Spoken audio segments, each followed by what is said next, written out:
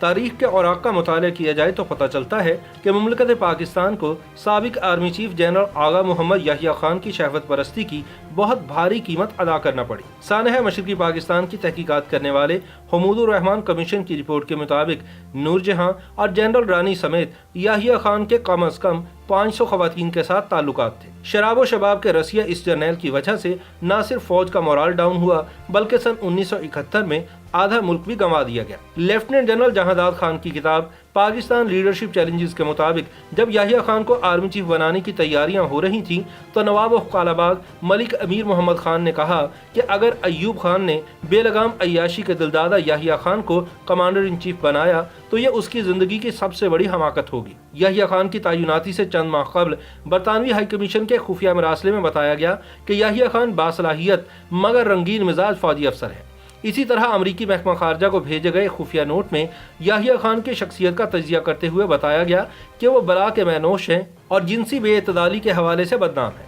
کہا جاتا ہے کہ جنرل موسیٰ خان نے اپنے جانشین کے طور پر جو 3 نام تجویز کیے تھے ان میں جنرل یحییٰ خان کا نام شامل نہیں تھا۔ جنرل موسیٰ کے مطابق انہوں نے مشورہ دیا تھا کہ ذاتی خامیوں کے پیش نظر یحییٰ خان اس منصب کے لیے موزوں نہیں، مگر چونکہ ایوب خان فیصلہ کر چکے تھے اس لیے انہوں نے میجر جنرل الطاف قادر اور میجر جنرل بختیار رانا کو سپرسیڈ کرتے ہوئے جنرل محمد یحییٰ خان کو افواج پاکستان کا 5واں کمانڈر ان چیف مقرر کر دیا۔ سن 1969 میں جنرل ایوب خان کے استعفے کے بعد یحییٰ خان نے عہدہ صدارت بھی سنبھال لیا۔ یحییٰ خان کے دونوں عہدے سقوط ڈھاکہ کے بعد 20 ستمبر سن 1971 میں ختم ہوئے، جس کے بعد انہیں 7 برس تک نظر بند بھی رکھا گیا۔ سقوط ڈھاکہ کے دوران یحییٰ خان کی دفاعی اور انتظامی اور حکومتی امور کی ادائیگی میں مجرمانہ غفلت اور عیاشانہ طرز زندگی کا معاملہ شاید غیر مصدقہ باتوں تک ہی محدود رہتا اگر حمود الرحمان کمیشن رپورٹ لیک نہ ہوتی۔ حکومت پاکستان نے باضابطہ طور پر تو یہ رپورٹ جاری نہیں کی، مگر منظر عام پر آنے والی جزوی رپورٹ میں بہت شرمناک انکشافات موجود ہیں۔ جنرل یحییٰ خان کے ADC ملٹری سیکرٹری اور دیگر حکام نے حمود الرحمان کمیشن کو جو شہادتیں ریکارڈ کروائیں اس کے مطابق جنرل یحییٰ خان کی داشتاؤں اور محبوباؤں کی فہرست بہت طویل ہے۔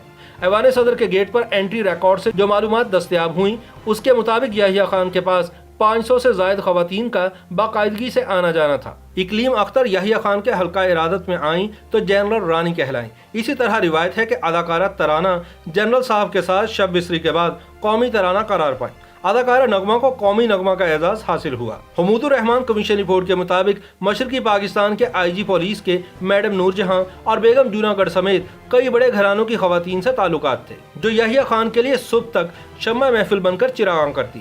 سر خضر حیات ٹوانا کی سابق بیوی زینب، ریٹائرڈ میجر جنرل لطیف خان کی اہلیہ، ڈھاکہ کی صنعت کار انورا بیگم، ڈھاکہ کی دوشیزائیں للی خان اور لیلا مزمل، کراچی کے بزنس مین منصور ہیرا جی کی اہلیہ، جونیئر پولیس افسر کی بیوی نازلی بیگم اور نہ جانے کتنی بے نام مٹیاریں جنرل یحییٰ خان کا مزاج درست رکھنے کی خدمت پر مبعوث تھی۔ یحییٰ خان کی رنگین مزاجی کا یہ عالم تھا کہ میڈم نور جہاں کا گانا میرا چیچیدہ چھلا ماہی لالیا سنا تو فریفتہ ہو گئے۔ ایک شب اقلیم اختر اور جنرل رانی سے پوچھنے لگے کہ کیا تم نے یہ گانا سنا ہے؟ اقلیم رانی مسکرائیں اور کہا کہ میرے پاس یہ گانے سننے کا وقت نہیں۔ یحییٰ خان نے اسی وقت اپنے ملٹری سیکرٹری کو بلایا اور کہا کہ اس گانے کی کیسٹ خرید کر لاؤ۔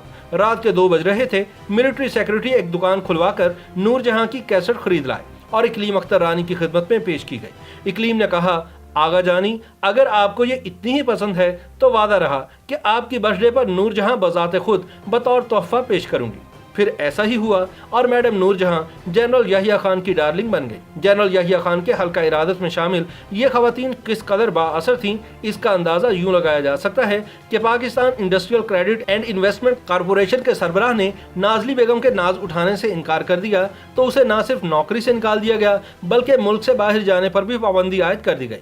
بیگم شمیم KN حسین جو مشرقی پاکستان کے سابق چیف جسٹس کی بیٹی تھیں، ان کی نامعلوم خدمات کے عوض انہیں آسٹریا میں سفیر بنا کر بھیج دیا گیا جبکہ ان کے شوہر کو سوئٹزرلینڈ میں سفیر لگا دیا گیا۔ یہی نہیں بلکہ بیگم شمیم KN حسین کے 70 سالہ ضعیف والد کو نیشنل شپنگ کارپوریشن کا سربراہ بھی لگایا گیا۔ جمیل زبیری اپنی کتاب یاد خزانہ ریڈیو پاکستان میں 25 سال میں بیان کرتے ہیں کہ مشرقی پاکستان کی علیحدگی سے چند روز قبل میڈم نور جہاں ریڈیو پاکستان پہنچی اور گانے ریکارڈ کروانے کے بعد اسٹیشن ڈائریکٹر طاہر شاہ کے کمرے میں آدھم کی۔ میڈم نے کہا، آغا جی سے بات کرواؤ۔ اسٹیشن مینیجر ہچکچایا تو نور جہاں نے کہا، گھبراؤ نہیں، تم صرف نمبر ڈائل کر کے مجھے ٹیلی فون پکڑا دو۔